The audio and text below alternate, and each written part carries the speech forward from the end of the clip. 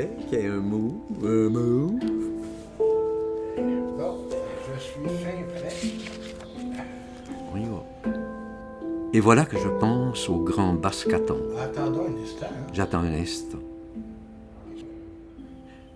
Et voilà que je pense au grand Bascatong, lieu mythique s'il en est, là où un trop-plein d'étoiles s'est déversé dans la longue nuit des archontes en sorcellerie Manitou, et où toute la désolation du monde, liée au chant mélancolique du huard mystique et solitaire, va se réverbérant en écho de fractales cristallines, dans une immensité telle que même le carcajou forbant en 1000 maléfices rafales d'obsidienne se voit frappé de stupeur torpide aux élucubrations d'astragales mirobolantes et au silence des sirènes si esselées dans un univers tout en pantomime métamorphose bruyamini et en somnolescence bien blottie dans les encombrements de tumulus totémiques en fardoche farfadet et en brume bleue opaline qui vont amuissant la rossité du gerfaut aux foudroyances opaques du guerrier en impromptu de chacal flibustier.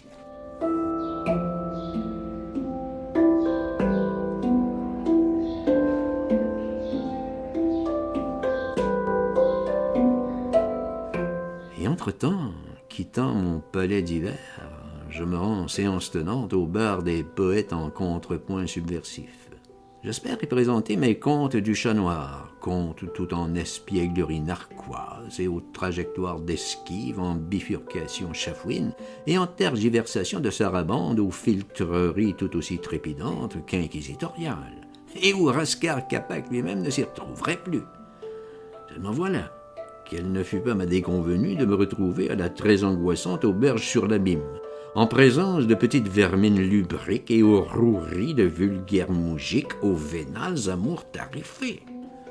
Et là, me croyant présomptueusement photophore frégate carabosse aux arabesques d'enchanteresse munificence, je n'étais finalement que minable petit mirliton en proie à plein de tractations acrimonieuses, aux d'innombrables et mesquines filouteries en falbalade d'encombrement blindé, menait fatalement à d'impudiques langueurs de fausses scènes galantes, aux clameurs simiesques et aux oscillations spasmodiques en bouffonneries balourdes et en turpitudes miasmatiques, tout en sarabande d'arlequins fourvoyés dans d'impossibles histoires d'infusion spectrale, pour freluquets accablés de pantalonnades monumentales, gorgés de fatras en voussures d'encorbellement tout aussi oppressantes que crépitantes.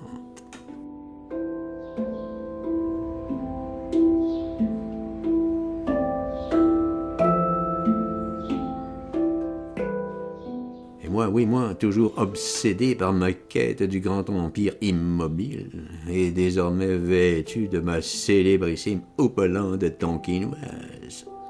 Je me rue en mode sostenuto et guide des égarés en main vers cette mer mutique où l'allumeur de réverbère s'est engloutie jadis, dans un mouvement en glissando rédhibitoire, tout en éclaboussure de floculation aux coalescences lactescentes. Voilà pourquoi il aurait fallu que les antiques ménades surcissent à leur furieux anathème, et qu'ainsi elles m'absolussent de la terrible malédiction du morcellement de mes hantises en pullulement de vortex au phosphore corrosif et calcinant. Or, c'est un peu comme à l'époque des Cimbres que je me vois transbahuté d'avalanches extravagantes, en surgissement d'avatars blafards, aux somptuosités involutives et aux effluves luxuriants de pavanes séditieuses. Et tout compte fait, et pourtant, face à ce si sublime chaos, comment ne pas voir toute l'effroyable imposture qui se déploie, jour après jour, là, tout juste devant nous? Et je songe chinois. Wu Wei.